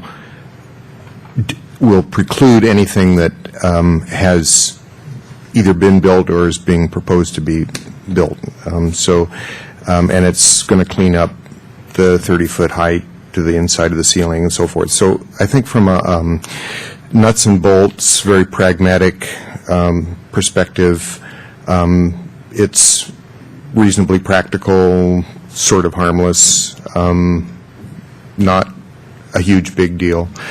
But I have to agree with Jean that, and in particular, I was really taken with Brooke Ray Smith's letter that she wrote. We're not really following the process, I think, that we should. And as Jean pointed out, there was a lot of thought and effort had gone into the original formulation of these specifications, and now someone is making well, we need to clean it up and we need to change that, and by God, I don't want, 3-story buildings. And so it's not doing it the right way. And so basically, I'm going to vote against it on philosophical grounds, not because it's from a pragmatic point of view. Is it going to make a huge difference? Is it going to preclude Whole Foods or 243rd Street from being built? No. But I really don't think that this was proposed in the correct way, and I don't think enough people got to get their druthers discussed. And so I just don't, I'm against it. Thank you. Renee? So, I think everyone has said something that I agree with tonight. And I'm going to vote against this on philosophical and pragmatic reason. First of all, there's two issues here, and I've mostly heard a discussion on the building height, but I think that for me, the bigger problem that I have is with this first one about the public benefit findings. And John, I think you said, this is a subject worthy of people having their say. And frankly, I don't think giving two people 2 minutes versus 5 minutes is enough of people getting their public say. I want to hear from the developers, I want to hear from the economists, I want to hear from the neighbors about, how these changes are going to have a lasting effect. I think zoning has lasting effects, and a repeal of zoning has an equally lasting effect. And I want to see a comprehensive, informative, thoughtful, inclusive debate and discussion on it. I was at the May 8th council meeting because it was my turn to attend. I was surprised when the issue came out. I was surprised how quickly the discussion went. And then I was surprised to see this already without the public discussion or debate or thoughtful analysis come before us as just something to approve. I had the same objection to the payday lending language. I didn't think it was fully vetted. I didn't think it was well written and deserving of sort of just pushing forward. But we did. And I'm not going to do that with something of this magnitude. It's totally unacceptable, in my view, to do that. And one of the issues I have is, this came before us in a 2.5-page, memo. The whole discussion about public benefit is under maybe 10 sentences. And I'm getting no historical, I mean, we've been talking about it, but really I'm not getting any historical information about the process that went into implementing the 2000 code as it is currently written, and we're proposing changing it. We got a letter from, I think it was Sue Russell. She said the Downtown Development Committee met for 18 months to come up with some of this. I'll take her word for it because no one else has told me anything about the process. But I suspect that there was a very thorough process to come up with these codes. And when I read what our city's general plans are, it talks about denser buildings. We want more people on the street. We want diversity and mixture of uses. And whether you think our downtown is declining or improving, I reject just focusing on what you can't do. And I would really like council and us and staff to be looking at the code and focusing on what people can do. I don't want to take away flexibility. This first section on public benefit is handcuffing us. It is telling us all the things that we can't do, giving us no flexibility. I don't like any of the, I could parse the words, and if we got to a point where I wasn't going to just object on principle that I don't think the process has been followed, I would parse all of these words. What does minor mean? What does sparing mean? If 10 people come up with a minor change, and there's 10 people that are offering some great public benefit, why do we have to apply sparingly? I mean, then you get into a situation where you really are just discriminating or favoring certain people. 10 people come up with the same proposal. Why does it have to be sparingly? It's great. What does significant mean? What does speculative mean? Variance is not the same. It is harder. And until the city comes up with a solution for parking, then they can't handcuff us to not be able to negotiate or have any wiggle room in using that as a trade-off. I mean, the focus should be on coming up with some new parking or something, but don't just take away what we're able to do. And then as far as the commercial building height measurement, I find it confusing. And, you know, when I hear architects and developers tell me they don't want to see it, and that it is, it's hard to balance with what I hear from the city, which is saying it doesn't actually change anything. And I would like the same process that went into implementing these zoning codes go into repealing them. So that means that we canvass public opinion, talk to the folks who are going to be affected by it. I want to know, is this going to affect the economic vitality of this area? Are there, is this consistent? Are we getting community participation in this debate? Are we applying things equally and fairly to people? And this process is nowhere near that. As far as the height, we only had one architect come up with a suggestion that was on the fly. And the idea was that you could put a 12-foot retail with a residence with 8 foot. And I actually could see, and maybe fronting on Main Street, it appears like it's a 2-story, but it's like a 12-foot retail with a 2-story residential that's a loft. So half of it is open all the way to the top, and the other half is a kitchen or something with an 8-foot ceiling, and above it there's a living area that has another 8-foot ceiling. So I think I can envision it, but I need to hear from more architects and experts about can from the outside, especially if the 2 stories is fronting the street, it will appear like a 2-story. I'm not offended by the idea of putting in a 3rd story in a 30-foot height, in a 30-foot high space. I also, when I read this, where it talks about commercial building height measurements, and it says that this change is appropriate since buildings with sloped roofs tend to appear less massive than a flat roof building. Is that a fact, or is that an opinion? To me, it's an opinion, and that's why we have the design review process.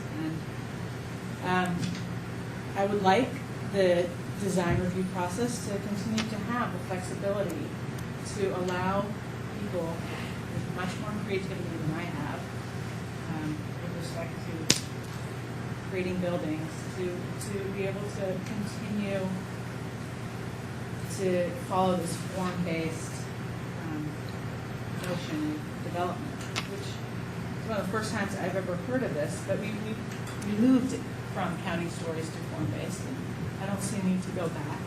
And until someone explains to me why we can't solve the problem of bulk and mass architecturally, as opposed to just eliminating a certain type of roof we don't want, I don't support this.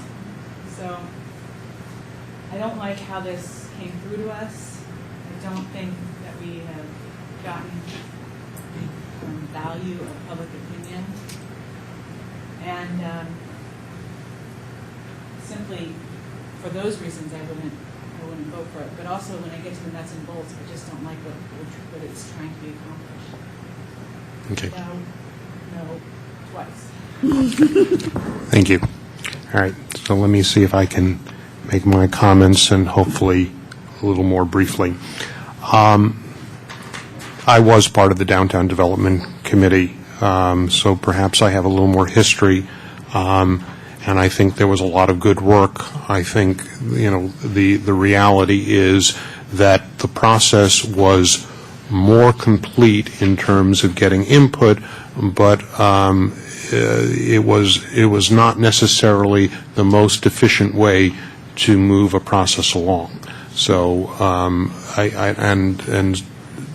I guess that's always the question. How do you effectively move things along without going through a very long, involved, staff-intensive process? And I'm not sure I have a complete answer to that.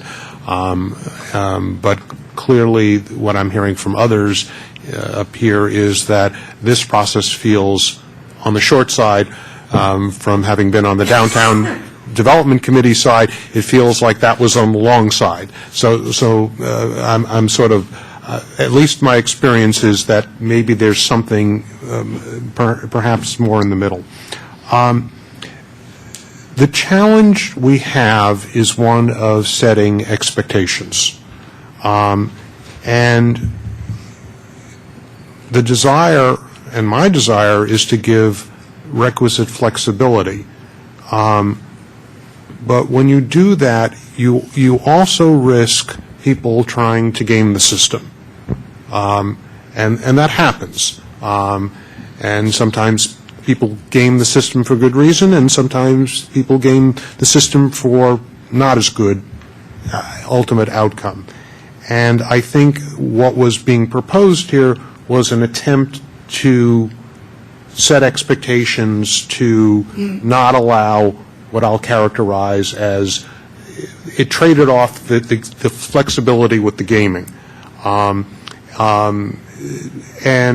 the reason I kept on asking the questions of what does this allow, what doesn't it allow, is because on the one hand, I'm in agreement with Ken, because if you look at the practical implementation, it probably doesn't change most. And that's sort of consoling.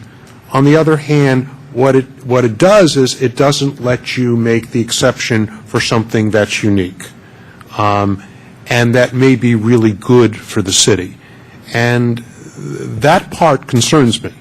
And so, so it moves me on the side of, what, I understand the reason, and I don't like the gaming of the system, and I do like setting expectations, but when you put in "thou shalt not," it sounds very biblical, number one, but also it gives no flexibility to do the things that you really want to have in our downtown.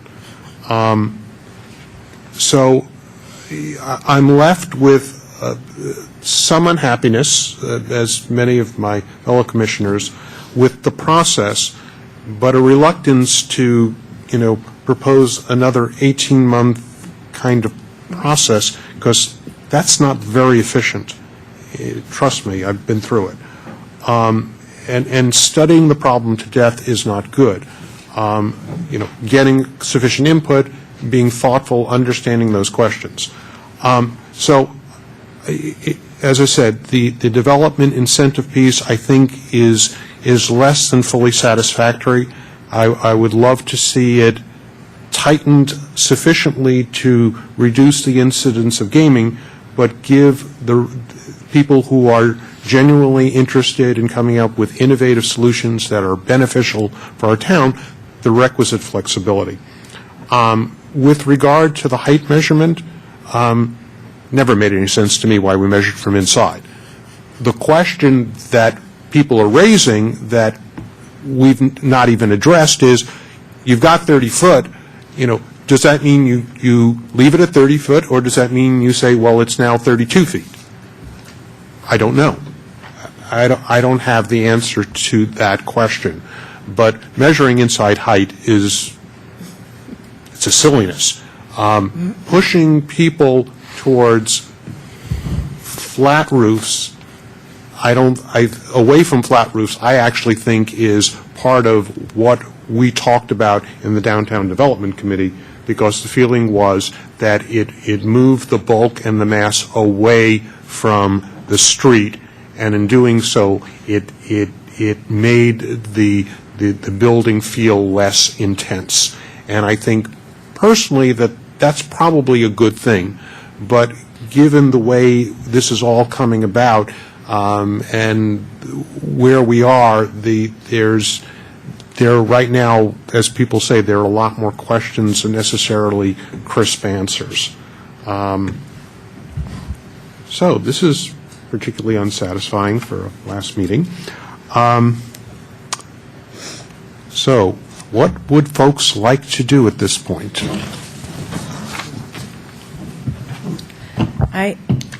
Ernie? I say we vote on these motions. My view is we should just reject them. In the past, when we have not liked something, we have tried to take the,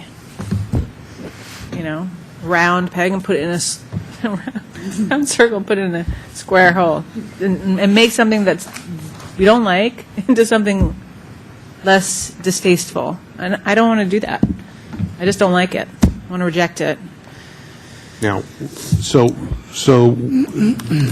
we certainly could vote on each of those. We could also, and ours, is, as you recall, is only a recommendation. So we could choose to do that. We could also, in either doing that or as an alternative, give council some direction in terms of recommendation as to directionally what we thought should happen.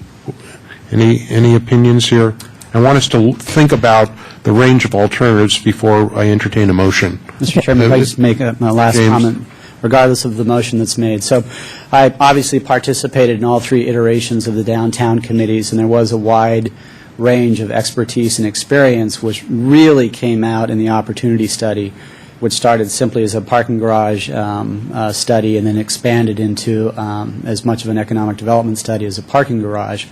And that was probably an 18 to 24-month development and outreach process, meeting with a variety of community groups and presenting the plan and getting input and feedback on it.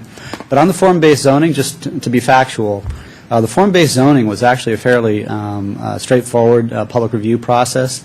Staff initiated it. We presented concepts to the downtown committee. They liked the concepts. We came back with a draft ordinance that we presented to the downtown committee. We then presented it to the planning commission, and then it went to city council and it was approved. And relative to that, the height change I really don't see as significant. Again, what I see as the most significant component of these recommended changes are the findings. The fact that certain components are taken off the table altogether in terms of development incentive consideration. Okay. Jeannie? I'm for flat-out denial of the recommendation, saying no. And I agree with you that you can't, don't say no and pick up your ball and walk away. I think we need to be articulate about why we are not recommending approval of the ordinance as it's been proposed. And I really would like to see us propose something that does involve a public process. And Ronnie hit on an excellent example, the payday lending. When we try to rush these things through the process, we aren't taking the time to really look at the language on these things. And, we're not getting the language that's proposed here tonight is another thing. It really, we need to spend time. We need to come up with it. We need to test it because, boy, this is very ambiguous. And we just ourselves, as a planning commission, was guilty of this because we moved a project forward, with a term in terms of measurable. Was it measurable? What was the, you know what I'm talking about, okay? And it was like, okay, well, appreciable. It was the word appreciable. Okay, so what does appreciable mean? Well, I'm sorry, this is minor. What does minor mean?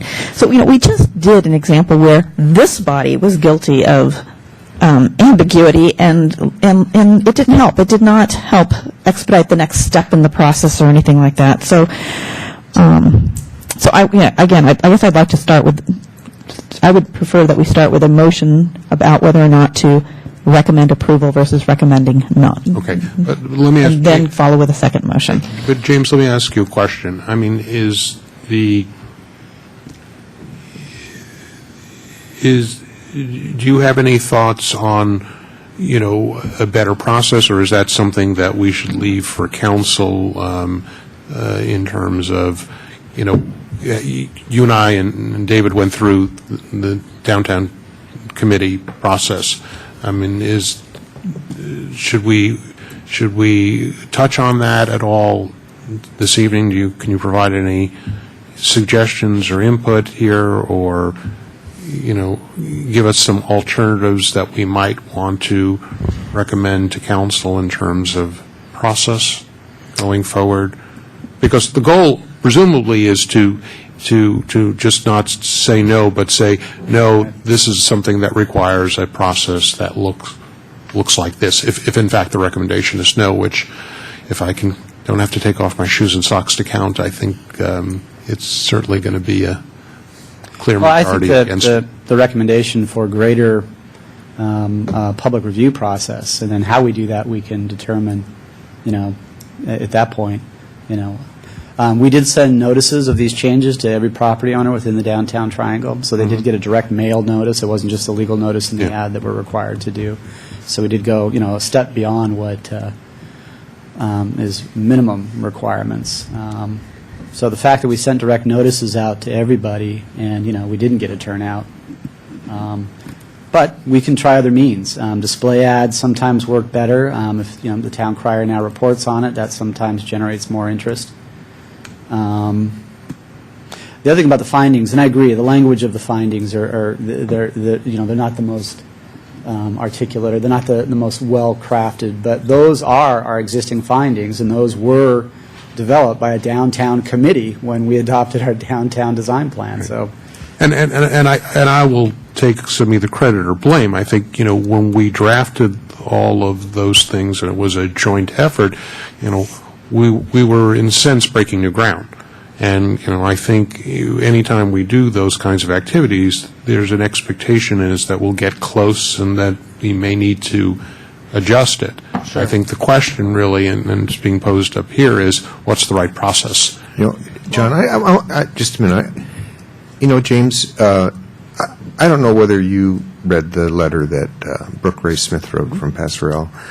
I thought it was articulate, it was thoughtful, it was intelligent. That's the kind of thing I would like to see considered. So I don't think it's correct to say that, well, no one showed up, no one turned out, we sent it to all the property owners. Here's a major property owner / developer in town. We have Abby Aarons here. She's a property owner and developer in town. The people, Kim Cranston's here. Come on. There are people who care about this, who are being affected by it, and they did show up. And I think they made their thoughts known, and their thoughts were not positive. So I think the staff did what was asked of them, and I think actually, did a very reasonable job of it. You tried to do as best you could with what you had to work with, but I don't think that's the right process. And I think we're hearing from the community that it's not the right process. So my thought would be, I think we just simply need to send it back to council and say, hey, maybe you ought to read Brooke Ray Smith's letter, by the way. I'm sure they wouldn't take that direction from us, but I think there's some thoughtful people out there that have a different approach to this that I think is very viable. And I think on that last point, if the motion is have us evaluate it and provide a point-by-point, evaluation of it to council, we can certainly do that. And then you staff. Yes. Yeah. Then it could be with the council. And by the way, this is not I'm not trying to knock the expertise of the staff. I've always been impressed with the expertise of the staff. So, this is not the staff didn't do a good job issue at all. Well, maybe David. But. For me, it's not about we need to publish it more broadly so we have one or two more public hearings on the issue. It's not that the case wasn't heard by enough people. It's that the case wasn't made by enough people that this is necessary. So I don't know that if planning comes back with, a more in-depth explanation of why this is needed, still the case is not being made by the public that this is really needed. So for me, it's not about going back to the council and saying, throw a couple public hearings on the calendar, and then we'll feel like people heard about this. I think the process that this is taking is just wrong. We need to put together,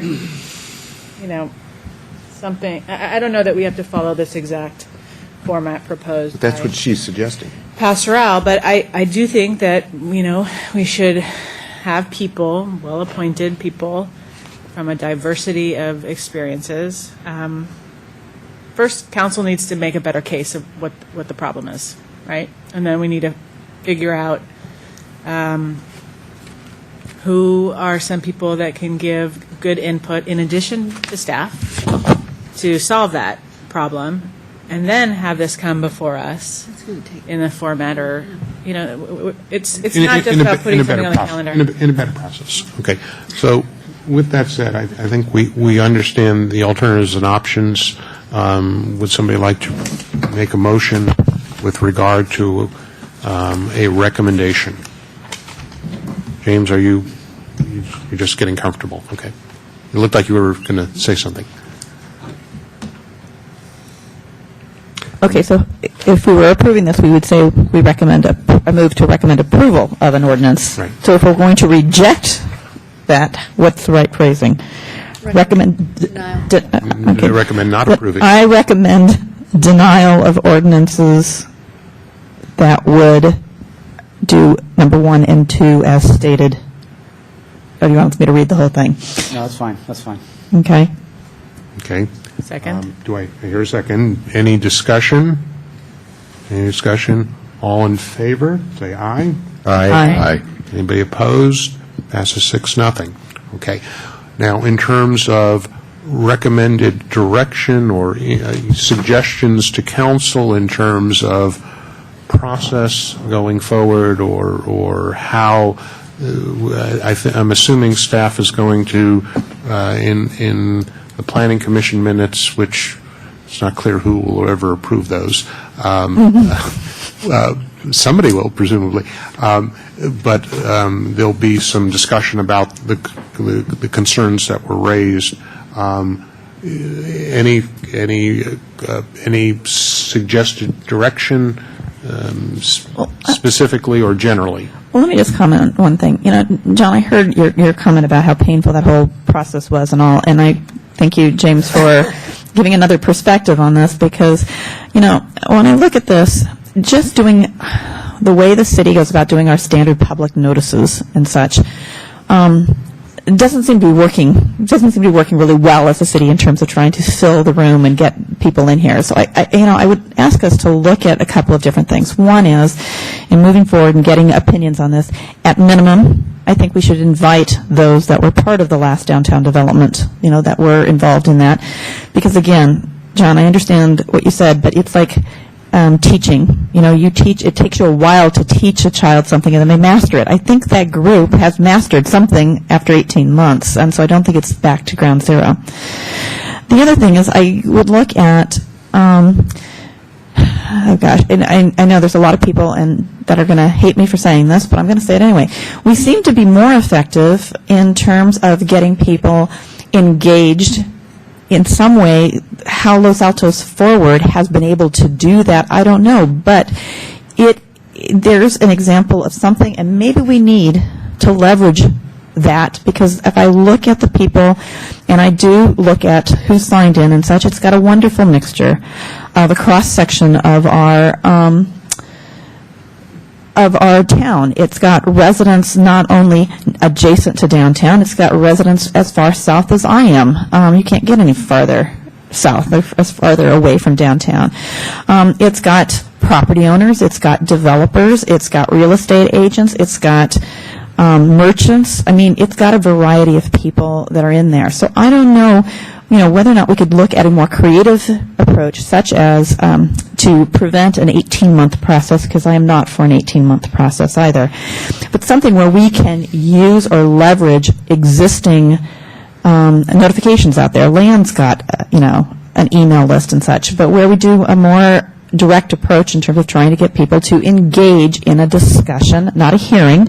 Okay, to me, the hearing is this, 3-minute, 2-minute, 5-minute, but go more for an open discussion, a free flow of thoughts and such. And maybe, it could be a workshop format, it could be anything, but I just would rather see something that is more a constructive engagement of the community and the community at large. And again, I understand, again, by the letter of the law, we do things like sending the postcards, to all the property owners downtown. That's great. But this town belongs to more than just the people who live within a certain, 500-foot, even 1,000-foot, or however generous we are. Okay? Right.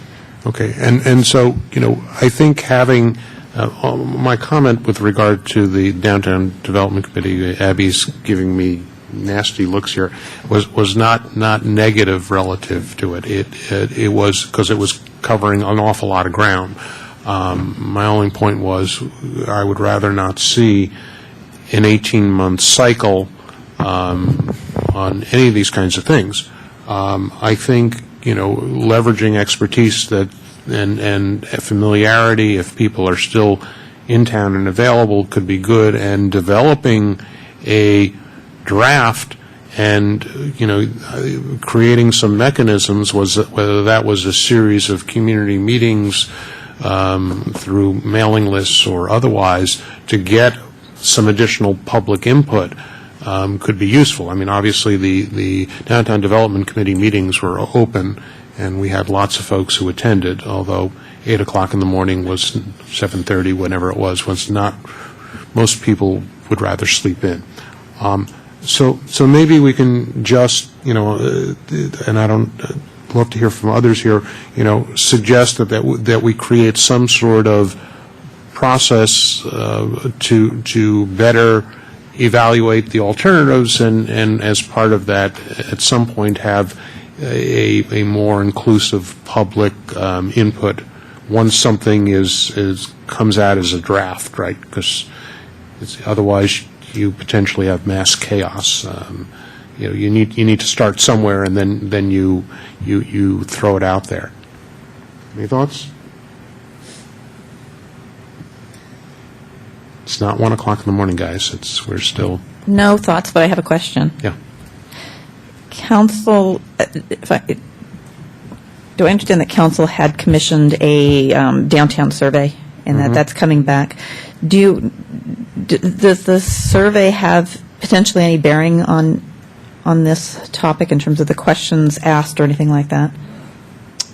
It may. It probably does. Yeah, I'm sure there's questions around this subject. Okay. So I would also ask that be, if that's the case, that also be used in part of this public process as well. All right. Well, I'm not hearing any strong feelings either way, so it sounds to me like just staff capturing our comments with regard to possible process forward is all we'd like to make at this point. And it's just seeing nods, so I'll take that as an affirmative. Okay. So with that, I think we are done with that agenda item. We do have a couple of other pieces of business, so for those of you who want to stick around to the very end, you're welcome to. If not, if you... Well, wait a second. Before you guys all leave, can I say something? No, there's been times when this council chamber is rather full for the Planning Commission since I've been on the Planning Commission. But all of you guys that have taken the time to come out tonight, I want to again thank you. And because so many of you are familiar faces to me in my tenure here on Planning Commission, it's been a pleasure serving the public, and I've enjoyed the experience, and hopefully now I'll see you on that side. Okay. Okay. Can we take a... Yes, so we're going to take a 5-minute break and come back at 9:37, 9:38.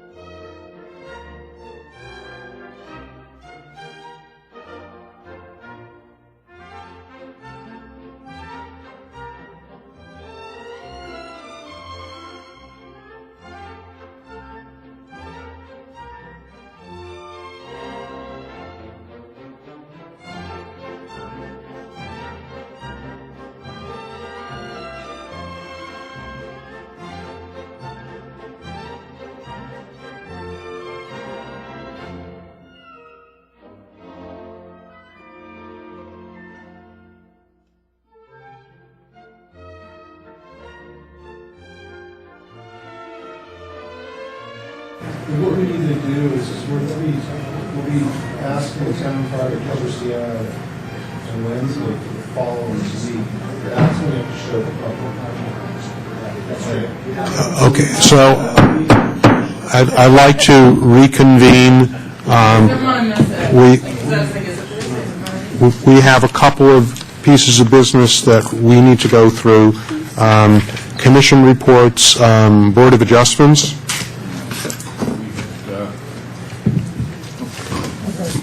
Either one of you, but we need a microphone on, please. We had one item, and we approved it unanimously within 5 minutes. So, pretty simple. Okay, clearly a highly controversial item. Arkansas. We had actually a very interesting meeting last night.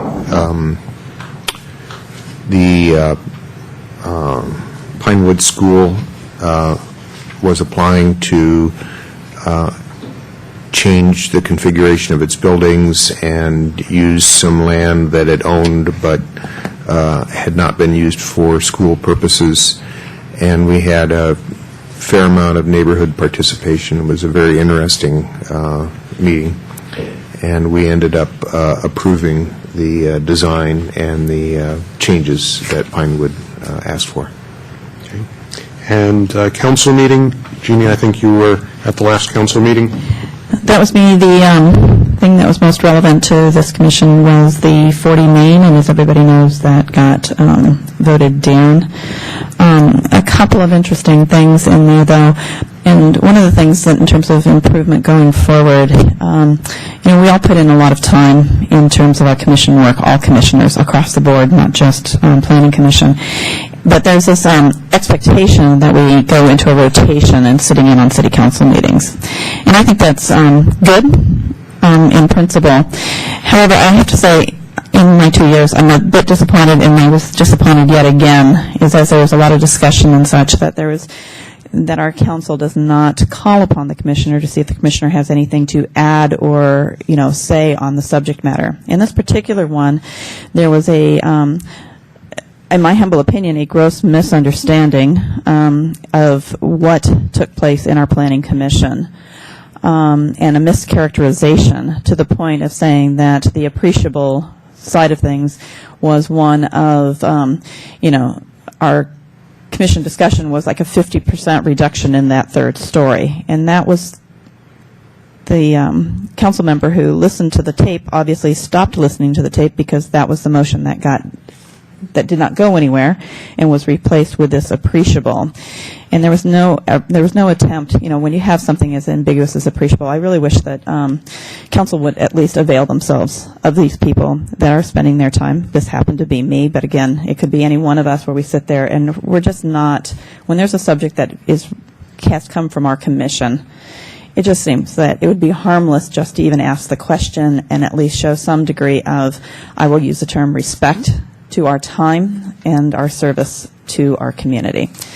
Again, I think there was an opportunity for them to have done so, and it was not done. And I can speculate as to why it had not been done, but that's not healthy.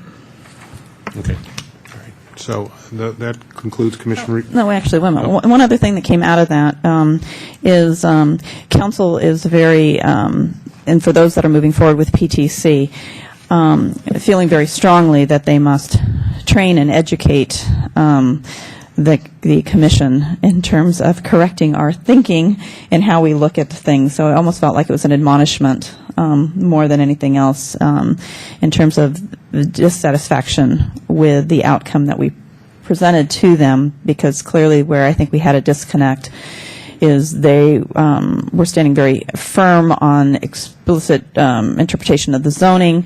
And again, I think what we were looking at as well is things like the general plan, like the design guidelines, like things that show that there is a little bit more in terms of flexibility and how to weigh those in.